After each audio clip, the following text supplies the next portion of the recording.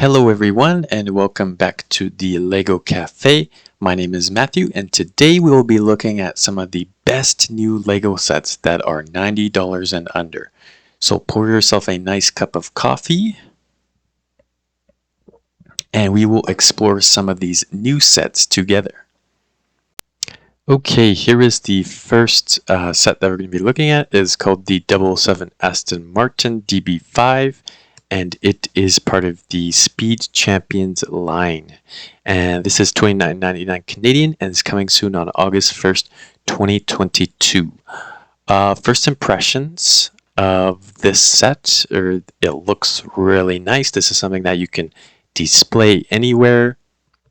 I really like the usage of the different license plates. These are all license plates that were used in various James Bond films. So I find that to be a neat feature, how you can kind of swap them out. Maybe pretend that he's in like a different movie each time. I like the figure. I think he's well done. Might not really look like the actor Daniel Craig, but maybe you can just pretend that's what James Bond actually looks like. Yeah, I really like the tuxedo piece. This is classic James Bond. In terms of the car, I think it looks really well done. It looks like an actual Aston Martin DB5, especially the one that's that you see in the movies, especially the Goldfinger. But yeah, I think this is really well done. It's these nice coloration of pieces. Kind of gives that nice silver sheen look. Let's take a look at the box art. I really like this box art, especially the background. It's almost like they took a one of the scenes from the James Bond movie and they just plopped it in here, and you really get the sense that he's trying to drive away from maybe a villain. So you can see from the dirt is kind of like just flying off the back of those tires. And it looks like he's almost doing like a drift around a corner. So I think it's really well done, very attractive box art. Let's take a look at some of the other angles of the car. One interesting tidbit about the Aston Martin DB5 is that its first appearance was actually in the 007 movie Goldfinger, and this was back in 1964. Unfortunately, it went missing in 1997. I believe it was due to theft, and it hasn't been discovered since. So I'm hoping that someone can find this car and maybe it can be displayed in some sort of museum. Like maybe there's like a James Bond museum out there that this could be displayed in, or like a Aston Martin museum. Yeah, let's take some more looks at these. Okay, here's the back of the box. That looks really awesome. It even has some pictures of the actual Aston Martin DB5. So you can kind of compare your vehicle that you built with the actual Aston Martin DB5. Another interesting fact about the Aston Martin company, I guess, is that they have given Daniel Craig, who plays James Bond, the latest James Bond, they given him the privilege of being able to go into an Aston Martin dealership and just, pretty much pick any car that he wants for free. And he can drive that around. So I think that's a pretty sweet gig that he has. And you might think it's a waste because he makes a ton of money, but essentially what they're doing is they're almost ensuring that he drives an Aston Martin, and because everyone associates him with James Bond, you see him driving down the street in an Aston Martin. It's just really good kind of advertising for the company. So I think that's why they've given him that privilege of driving any Aston Martin car that he wants. Yeah, so that's a bit of the box art. You could see you've got a kid enjoying the car. It's small enough that you can display anywhere. You could even dress it up a bit by having maybe like a background picture from like one of the James Bond movies. I think that would look pretty sweet. But yeah, this is something that kids can play with, or even adults, as referenced by the age, right? You got 8 plus, 298 pieces, so not too many pieces. Should only take maybe like an hour, maybe less than an hour, depending on your skill level. And yeah, it's something that everyone can enjoy, and it's an attractive price, right? It's only $29.99. So like an adult can get it, and they can also get one for the kid if they don't want their kid just wrecking the Aston Martin DB5. I do recommend getting two. Okay, let's go to the next one. We've got Obi-Wan Kenobi and Darth Vader. This is a pretty awesome set. It is part of the Brickheads line. It is $24.99 Canadian, and it is coming soon on August 1st, 2022. First thoughts about this are just yes, this is probably one of the best sets that you'll see this year, especially because you're getting 2 Brickheads, and it's for the cost of $24.99. Like they do usually go for $12.50, but you have to remember that these are 2 like iconic figures. Okay, they're related to the Star Wars franchise. You've got Obi-Wan Kenobi and Darth Vader, and so I kind of thought that they would be maybe worth like $20 a piece, and they could price this at like $39.99. I think people still would have gone out in droves and bought these. So for $24.99, I could see them having maybe some supply issues with this one. It'll probably be pretty hard to get your hands on this one. Yeah, so the figure's really well done. Brickheads, there aren't really much to them, but they've done a really good job considering it was a brickhead. Especially with like Darth Vader, they got kind of like made it look like his suit, right? You got all the controls on there. Don't ask me what they do. I think they just keep him alive essentially, and making sure that he's breathing properly. I really like these pieces that they used for the eyes. If you've seen the the new Obi-Wan show, yeah, you'll see that Darth Vader has red eyes. So that's a really nice addition that they've made. Yeah, I think at first glance they just look really, really good. You can easily tell who they are, even if you see them from a distance. Let's take a look at the box art. I really like the battle that's going on, like on the side of the box, with Obi-Wan and Darth Vader. I also like the background. Like it might seem simplistic, but you have some darkness in the back, and it's just some smoke coming up. It almost creates the effect that these are like 2 icons. They're emerging from the shadows, so to speak. But yeah, I think they've done a really good job on the box art. Looks really attractive. So yeah, you could even display this like in the box. It's that nice. Here are some other angles. Okay, so there's a front angle. Here's them. You could even pose them where they are battling each other. As I said with the Aston Martin DB5, you could even have even like a poster from the show, like a picture, anything that you could put back here, and then have them like battling each other. I think that would look pretty darn good.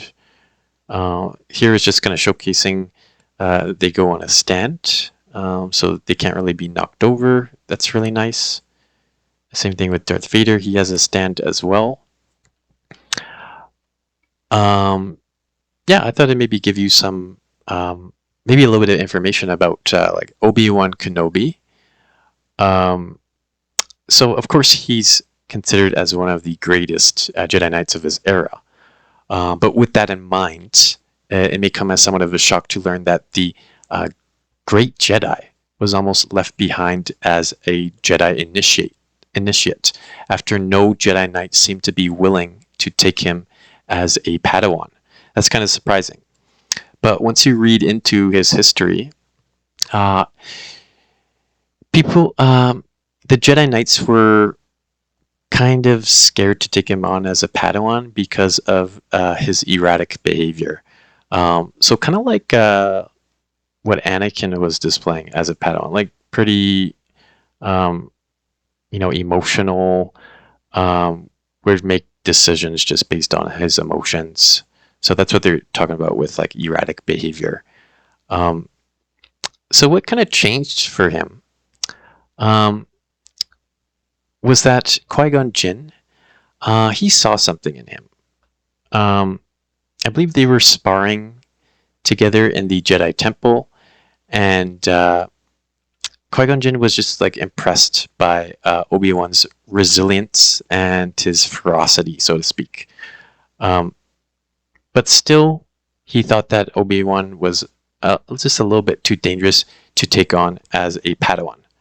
But his opinion kind of changed after they found themselves trapped on a mining planet of Bandamir. So while they were trapped on this planet, they were kind of forced to work together, and Qui-Gon Jinn kind of discovered that they really have chemistry, like as a Jedi Master and a Padawan. So that's kind of how their relationship began. They're almost like forced to work together to survive. So that's a little bit of information about Obi-Wan Kenobi that you may have not known. A little bit of information about Darth Vader is that George Lucas, who's the creator of Star Wars, he was inspired by samurai films when creating Star Wars, and so Vader's helmet and his armor is kind of taken from the samurai design. So that was a pretty cool piece of information. Another piece of information that you may have not known is that Darth Vader's famous breathing, so like the that was actually recorded by putting a microphone inside a regulator on a scuba tank. So don't ask me how they came up with that, but they're pretty like inventive with some of these sound effects, and yeah, that was a pretty interesting piece of information. And maybe a last piece of information that I have for you is that as most of you may know, Darth Vader, or in other words, like Anakin, before he became Darth Vader, he's referenced as having no father. We know this because his mother told Qui-Gon Jinn in the Episode 1 Phantom Menace that her son had no father. Okay, so this means that Anakin could have been conceived maybe by the Force or by maybe midichlorians. Okay, so midichlorians are intelligent microscopic life form in the Star Wars universe. So they kind of like remind me of maybe like the Virgin Mary, and how like she conceived the baby Jesus. I do see like a kind of a parallel there, where like Anakin, he really has no like father in terms of like conception. Anyways, those are just some like little tidbits, little pieces of information about Obi-Wan and Darth Vader that you may have not known thus far. Let's go back to this picture here. You can see them nicely displayed on a bookshelf. That's a nice thing about these figures, except they do come with a stand, and so it's easy to move them around. You can slide them around too, and it's hard for them to actually topple over. Next one. I like this photo because Obi-Wan has the high ground, and I don't know, maybe Darth Vader has learned his lesson from the previous time, or maybe he's going to try to do that like front flip, whatever that was, and then get sliced in half again. But hopefully he has learned his lesson. But I do find that this picture pretty hilarious, that Obi-Wan has the high ground once again. So yeah, this is ages 10 plus. Okay, a little bit older age. If you have a kid who is younger, who really wants to make these briquettes, you might just have to supervise them, just make sure that they are putting the pieces in the proper places. This is 260 pieces, so not too many pieces. It's something that you can assemble in, I don't know, maybe like half an hour or an hour, depending on your skill level. And yeah, this is just a really, really nice set looks good outside the box and inside the box too. Next one, we have the Obi-Wan Kenobi Jedi Starfighter. Okay, so as you see, we have got 3 minifigures in this one. We have Obi-Wan, we have R4-P17, and we have the Taun We. So a little bit of information about Obi-Wan as a pilot, okay? You may have heard in previous movies, specifically Episode 2, Attack of the Clones. Some of the interactions between Obi-Wan and Anakin Skywalker were kind of just kind of joking around about Obi-Wan's flying abilities. Like, he's not a very good pilot, like he's kind of scared of flying.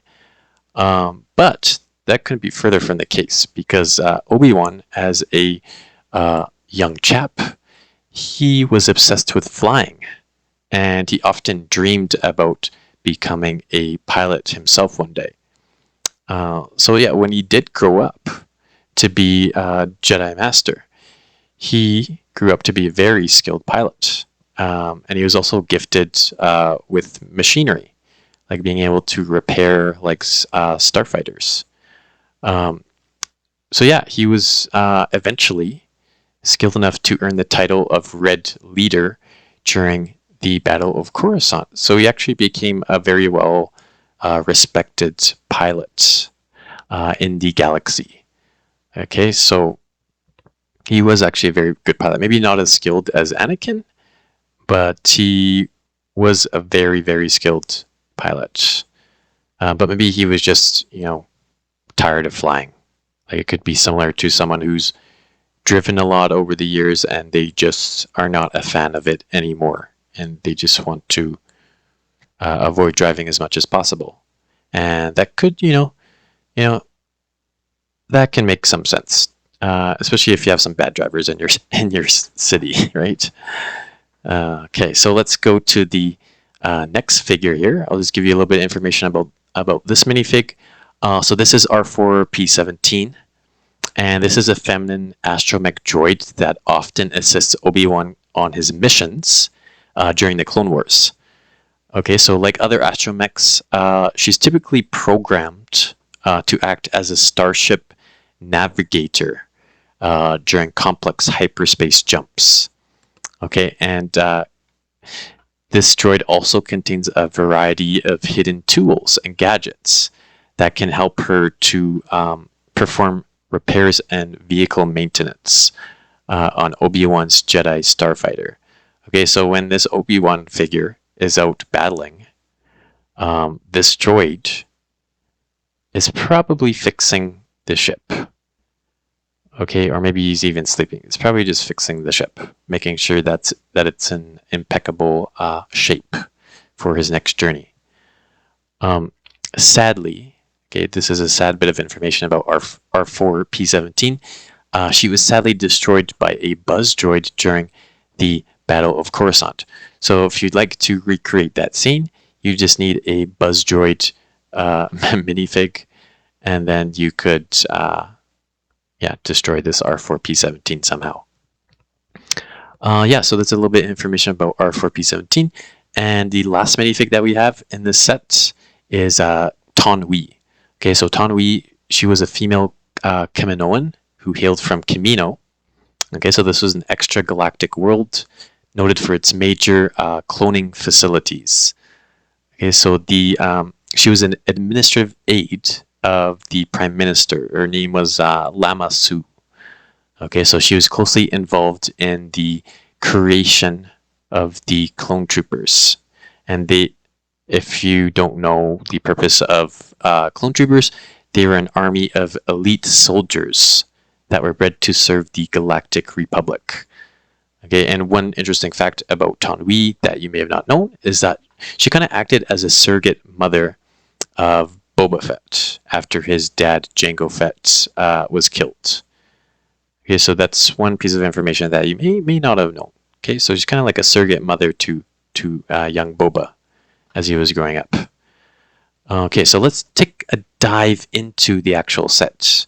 I really like what they've done with the Starfighter. Very clean lines. I like the stud shooters on top. These actually will fire out the little like green plastic Lego bit.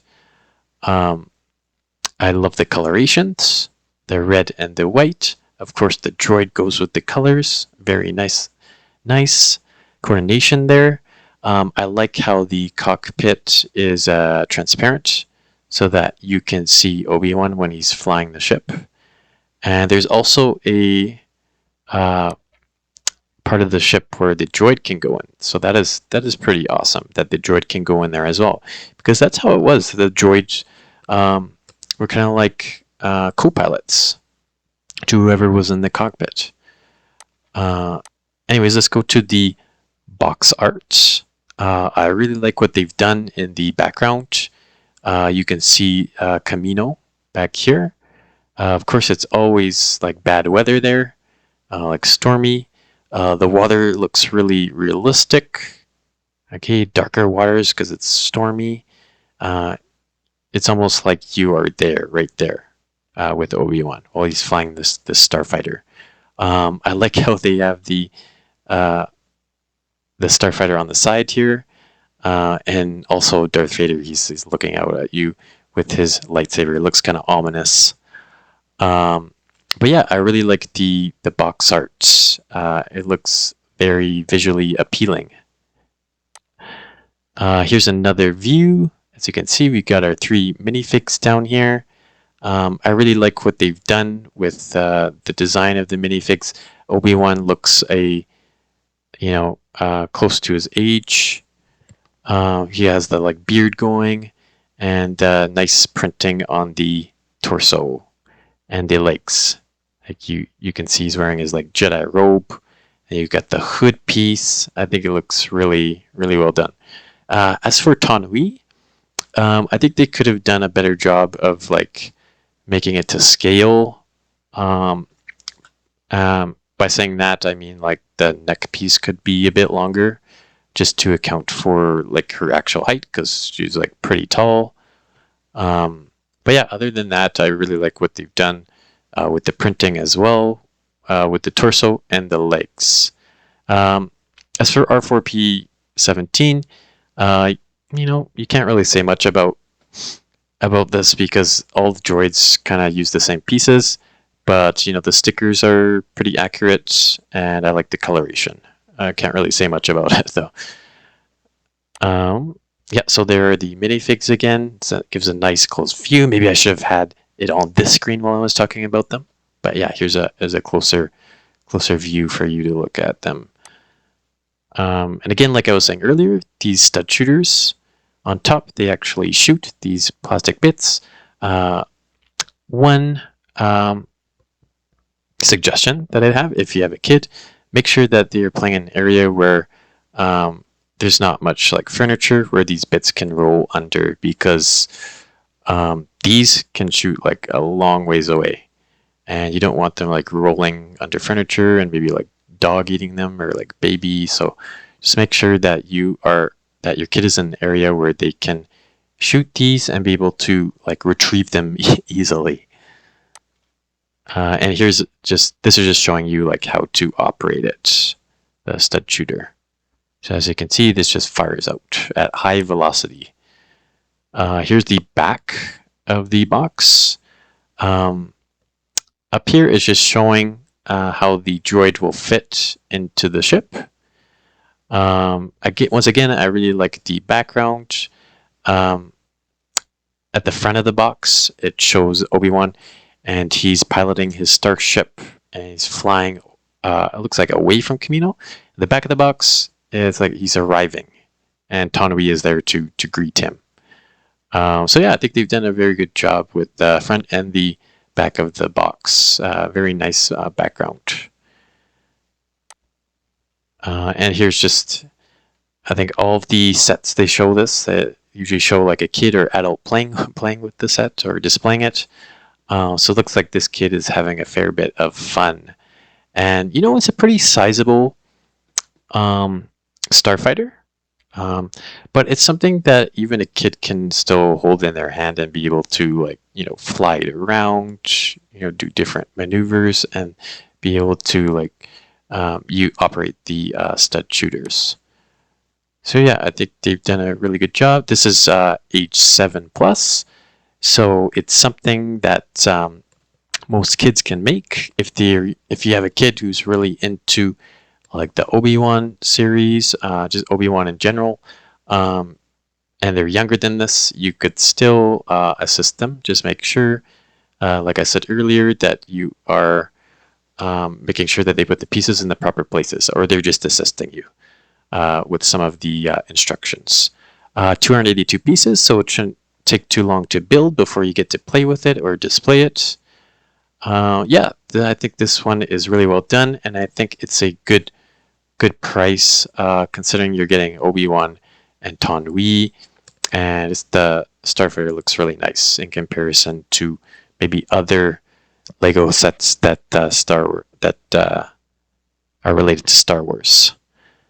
Okay, next one we have our Downtown Noodle Shop. So this one, it is part of the Creator 3-in-1 theme. It is $59.99 Canadian, and it is coming soon on August 1st, 2022. First impressions about this are, yeah, it looks really visually appealing. I can't believe the price on this. I definitely think they could have gone maybe even to like $79.99, considering you have 3 different builds, which we're going to be looking at. So this first build, this is the Noodle Shop. Okay, so this also comes with like an ice cream cart. One suggestion I would make is to we have like a ice cream seller, like who's just around the ice cream cart, and they're dishing out ice cream to maybe a few kids. Okay, so if you want to display this, I'd suggest maybe getting, or maybe you have these already, like a couple of like kid minifigs, and then maybe making like a ice cream operator. I don't know what to call them. Ice cream truck operator, who's just like selling the ice cream. Yeah, let's look at the rest of this set. We've got our nice vending machine outside of the Downtown Noodle Shop. These are pretty highly coveted. People will just, you know, pay for these vending machines, especially if they're doing like mocks. You might see these in like a movie theater, arcade, various places like fast food store or like a convenience store. Okay, so there's various purposes for these machines. So yeah, I could see people just buying this set just because of the machine here, the vending machine. In terms of like aesthetics, I think it looks really nice. It's like a nice corner building. Like the coloration, the design, the design of this. Nice facade here, like green facade. I really like this portion. It just shows like kind of noodles in the box, and you got some chopsticks sticking out. I think it's a nice usage of the parts as well. And I like how this is kind of open. It's kind of adds like a playability aspect. So you could have like some customers here, and then maybe this chef could be on the other side. He's making the noodles.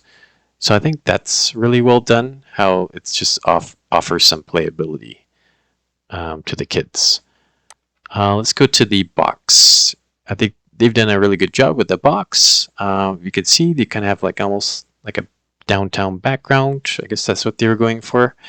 Got a tree here, nice skyline, and then it shows the alternate builds as well, which we will be getting into a little bit later. But yeah, I think they've done a nice job on the box. Very vibrant. It's got that yellow, and it just really showcases the parts of the set. Here's another view of the Downtown Noodle Shop. We've got the ice cream cart again. I really wish that they just had someone like operating that ice cream cart. I think it's definitely missing a figure or two around there. In here is one of the alternate builds. Okay, so the first build, the primary build, is the Downtown Noodle Shop, and here is the second. I believe it is a bike shop and art studio. Let's just double check here.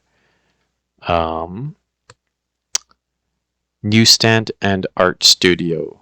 Okay, and there's a bike shop. These malls come with the bike shop. Okay. Yeah, so this looks pretty well done. Again, like especially for an alternate build, the main building looks really well done. I like how they have like an open bike shop. You can kind of see what this guy's doing. It looks like she's maybe wants him to come up to the art studio, maybe buy some art, or maybe he wants her to help him out by fixing this bike. Who knows? That's a nice thing about Lego, is that you can kind of create your own storylines. It's not always the same story, right? You can kind of create your own little stories with these sets. So yeah, this one, I like the color usage, part usage. I don't really have anything negative to say about this one. I guess this is the newsstand, right? I think they could have done a little bit more with this, maybe make it a little bit taller.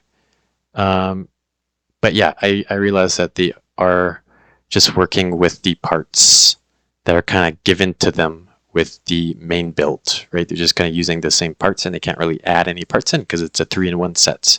So I think they've done a pretty good job considering the parts that they're working with. So here's another view. You can see we got our little like news cart or newsstand. Yeah, and here is the third build that you can do. So this is the video game arcades. I really like this up here. Just shows like a video game controller. I think that's pretty neat, as well as like the rewind or play button. I think that's really well done. It kind of shows the viewer like what this is, right? Like you can easily determine that this is an arcade just by looking at the signage. Once again, like I was saying earlier, if you have any sort of like machines, like vending machines or like arcade machines in a Lego set, those are usually going to be like highly coveted. People will buy this set just to add these to like their movie theater, or maybe they have a bigger arcade. Speaking of bigger arcades, you could even buy multiples of this set and just make a bigger arcade, because this one is fairly small. I would definitely like expand this to make it a bit bigger, like even having like 3 or 4 sets. You can make like a really big arcade in here with multiple arcade machines. But yeah, I think, you know, you do have to take into consideration that it is a 3-in-1 set. So the alternate builds aren't going to be like superb, but I do think they've done a really good job with this. I do like the part usage for the dog. I know it's not much, but you can clearly see that it's a dog. So I think that was pretty creative on their parts. And this must be a little doggy bowl, so that's pretty cute. Let's look at the other angles here. So there's the arcade again. Here is was this the noodle shop? The back of the noodle shop? I think it was. It's either that or the art studio. Okay, yeah, so those are just some alternate views of it. Here's the back of the box. I like how it clearly showcases what you can build. Okay, so you got the main, like the Downtown Noodle Shop. Then you've got the art studio with the like the bike shop. And then you got the newsstand there. And then the last one, you have the arcade, video game arcade. So I think this is very well done, the back side of the box. You can clearly see the variations that you can build with the set. And here's just a picture at the end with a couple girls. It looks like they're really enjoying the set. It does offer a fair amount of playability, as the shops are like open to playing with. So this is 8+, so it's something that most kids can build. It is 569 pieces, so not too many pieces. It might take them maybe like an hour, maybe 2 hours to depending on their skill level. And it's something that, they can really enjoy. And it's a very attractive price at $59.99. Okay. Oh, yes. You know what I forgot? I forgot to give you some information about noodles, since I'm trying to provide some interesting facts that are related to each set. So I'm just going to tell you some little tidbits about noodles. So you may have not known that the first noodle dates all the way back to 2000 BC in China. And it was made from millet, which is a type of cereal grain. You also may have not known that the first ramen noodle was created in Japan. And another interesting fact, which you may have known this already, is that noodles, big newsflash, is that they are really inexpensive. Okay, so if you were to only eat ramen noodles for every meal, every day of the year, it would only cost you approximately like $140 per year. Now, I don't recommend doing this. It's not going to give you many nutrients, but it should give you like just some options, right? Like you can mix the noodles with different things. Like you can put some ham, like some vegetables. Yeah, to add some nutrition that way. So that's another interesting fact. Yeah, let's move on to the last set that we're going to be covering. So this one is the Nano Gauntlets. Okay, so this is related to Marvel Avengers. So this is $89.99 Canadian and is coming soon on August 1st, 2022. Okay, so some background about the Nano Gauntlet is that it was a glove made of nanotechnology, and it was created by Tony Stark, who's Iron Man, Bruce Banner, Hulk, and Rocket Raccoon, who's in the Guardians of the Galaxy. And this was made in 2023. Okay, so it was designed to essentially contain and allow the user to channel the powers of the Infinity Stones in a manner that's similar to the Infinity Gauntlet. Although the effects of wielding it were far more damaging to the user than the Infinity Gauntlet was, like a couple of the Avengers discovered. I'm not going to give away what happened in Endgame if you haven't seen it already. Like it's been out for a few years, but if you haven't seen it, I'm just not going to ruin things. That's all you should really know about the Nano Gauntlet. Is essentially it was made to counteract the Infinity Gauntlet. Okay, so like Thanos, he was the main villain. He wielded the Infinity Gauntlet, and so these stones, he wanted to collect these stones because if he possessed all the stones, he could essentially destroy the universe. Okay, so that was the purpose of this Nano Gauntlet, was to acquire these stones, okay, and to ensure that Thanos does not destroy the universe. Okay, so first impressions of this set is that it looks really visually appealing. It's something that you can display on a shelf very easily. I do recommend getting the Infinity Gauntlet to go along with this. They really go together well. I can already envision this beside my Infinity Gauntlet that's at home. And yeah, it's really well done. I like the red pieces, the gems, just they're like eye-popping. Yeah, it's just something that can be easily displayed. It looks really nice. Let's look at the box art. We've got...